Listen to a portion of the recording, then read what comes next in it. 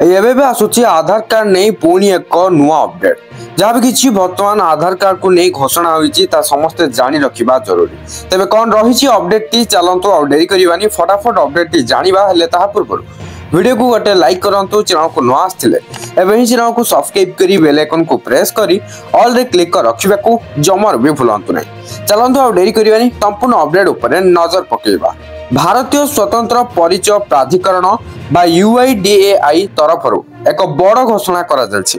आधार card मागणा update पाई December 14 तारीख रहिथिबा बेले एबे उक्त समय सीमा को वृद्धि करा जायछि। एही समय सीमा को 6 मास पर्यंत वृद्धि करा जायछि। फलरे एणिकी आधार कार्ड यूजर्स आसंता वर्ष जून मास 14 तारीख पर्यंत निज निजर आधार कार्ड को मागणा रे अपडेट करि परिबे। एने UIDAI तरफरु कोहा जायछि आसंता जून 14 तारीख पर्यंत ऑनलाइन दस्तावेज अपलोड सुविधा को वृद्धि करा जायछि। लोकन को निज निजर आधार कार्ड डॉक्यूमेंट अपडेट करिबा पई प्रोत्साहित करा जाउछि। आधार कार्ड धारी हित साधन पई एही पदक्षेप ग्रहण करा जायछि। एने UIDAI तरफरु सोशल मीडिया प्लेटफॉर्म X रे एक पोस्ट शेयर करा जायछि।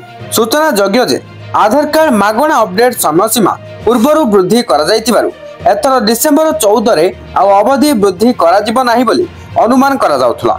मात्र UIDAI आधार कार्ड धारी पुणी थे मागणा अपडेट अवधि को वृद्धि करिछि। आपण माने UIDAI वेबसाइट को जाई निजर आधार विवरणी को फ्री रे अपडेट करि परिबे। जदि आपणकर आधार 10 वर्ष किंबा ताठारु अधिक समय पूर्वरु करा जायछि तबे ताहाकू अपडेट करिबा निहाती जरूरी बोली कहा जायछि। एतबे आपण UIDAI रो ऑफिशियल पोर्टल को जाई सेटर आधार नंबर और पंजीकृत मोबाइल नंबर को पठा जायतिबा OTP सहित प्रमाणीकरण करिवे। तापरे नाम, ठिकाना और अन्य तथ्य अपडेट करि परिबे।